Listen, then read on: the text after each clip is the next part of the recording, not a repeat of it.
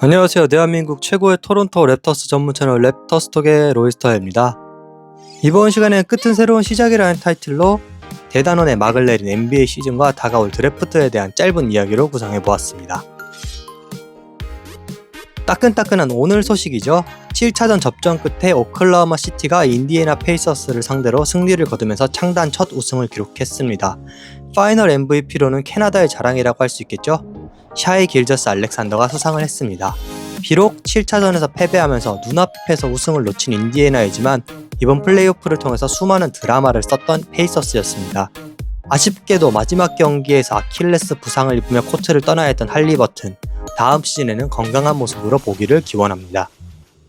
러셀 웨스트브룩, 케빈 듀란트, 제임스 하든 3인방이 있었음에도 우승을 하지 못했던 오클라호마 시티 썬더가 드디어 이렇게 우승을 이뤄내네요.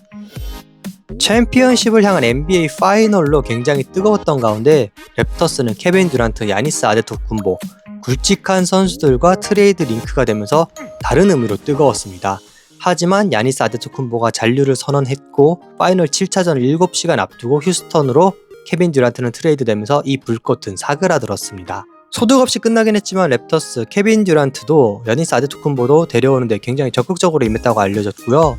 사실 제가 이제 와서 하는 말이지만 둘 다 데려오지 못한 것이 오히려 다행이지 않은가 싶습니다. 한편 케빈 듀란트는 이번 이적을 통해서 다음 시즌이 되면 커리어 5번째 팀을 맞이하게 되었습니다.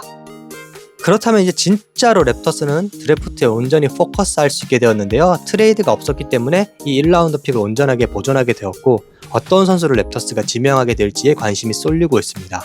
우여곡절 끝에 지켜낸 이 드래프트 픽, 하지만 변수가 있으니 브루클린 네츠입니다.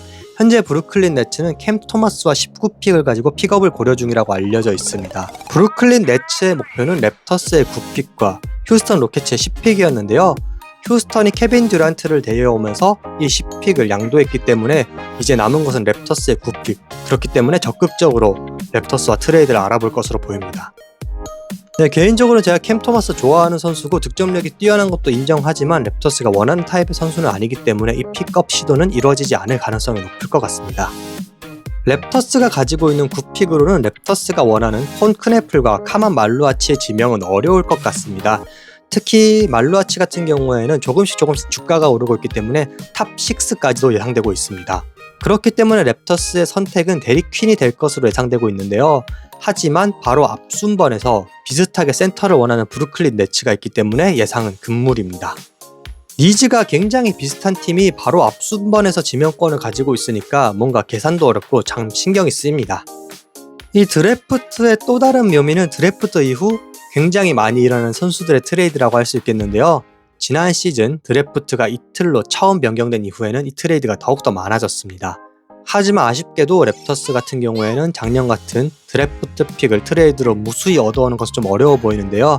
왜냐하면 브랜든 잉그램의 재계약과 스카티 반지의 연장계약 시작 등으로 셀러리가 꽉 차서 픽을 받으면 셀러리를 덜어주는 것도 불가능하고 지난 시즌 또 루키를 4명이나 뽑았기 때문에 굳이 픽이 필요한 시점도 아닙니다.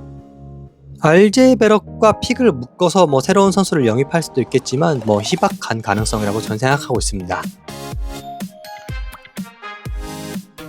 그렇다면 이번 드래프트 관련해서 몇 가지 예언 한번 해보겠습니다. 첫 번째는 양한센 선수입니다. 야오밍 이후로 참으로 오랜만에 나온 중국의 거물 센터, 컴바인과 워크아웃 등을 통해서 당초 예상이었던 50번대 픽보다는 많이 주가가 올라간 것이 사실입니다. 하지만 이 선수를 위해서 30번대 픽을 태우기에는 메리트가 굉장히 약해 보이는 것도 사실이기에 한 45번 그 정도 이후에 뽑힐 것 같습니다.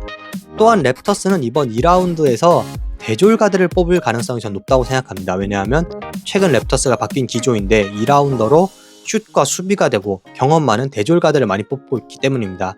이 장점으로는 안정적인 리딩을 해줄 수 있는 멤버를 루키 스케일로 쓸 수 있다는 장점이 있겠죠.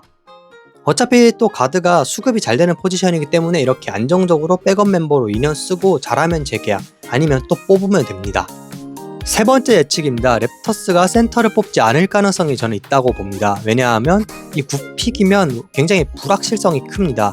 그렇기 때문에 전순번에서 좋은 센터들을 뽑았을 경우 랩터스가 센터를 굳이 연연하기보다는 남은 선수 중에 베스트 선수를 뽑을 가능성도 높고, 울리 숑세가 이제 2년 차에 접어들기 때문에 이 선수도 NBA에서 경험을 쌓는 것이 필요하기 때문입니다. 그리고 이거는 좀 일어나지 않았으면 하는 예상인데요. RJ 베럿 트레이닝 캠프까지 랩터스와 함께 동행할 것 같습니다. 사실 RJ 베럿이 랩터스에서는 나갔으면 좋겠는 약간 게르게 느낌이 되었지만, 그렇다고 이 정도 클래스의 선수를 헐값에 2라운드 픽 한두 장 받고 넘길 수도 없습니다. 그렇기 때문에 RJ 베럿의 좋은 가치를 알아주는 팀이 나올 때까지 천천히 두고 트레이드 시기를 조율하지 않을까 싶습니다.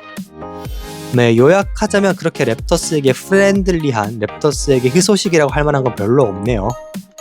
기타 뉴스입니다. 야콥 퍼틀과 관련해서 트레이드 루머가 나오면 야콥 퍼틀의 트레이드도 많이 썰이 나오곤 있는데, 야콥 퍼틀과 연장 계약을 희망하고 있고 그를 지키기를 원한다는 랩터스라고 합니다.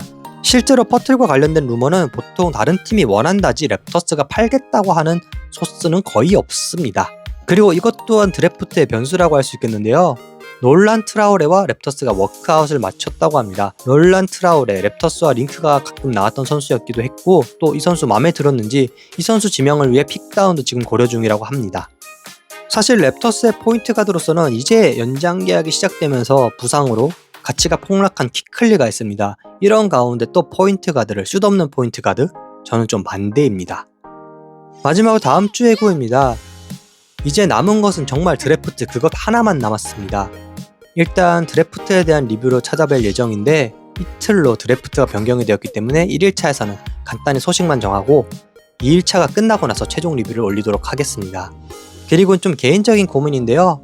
확실히 요즘은 숏폼이 좀 대세인 것 같습니다. 그렇기 때문에 숏폼에 맞춰서 랩터스톡을 바꿀까라는 생각도 하고 있고, 그렇다면 현재 이 뉴스 아티클 같은 포맷에서도 세로형으로 보기 좋게 편집을 해야 되기 때문에 이것도 많이 고려하고 있는 상황입니다. 자주자주 노출을 올리는 것이 좋을까, 아니면 일주일에 한 번씩 찾아보는 것이 좋을까 고민이 많습니다. 네, 이번 시간 제가 준비한 자료 여기까지고요. 좋아요, 구독, 댓글 모두 다 감사드리고 있습니다.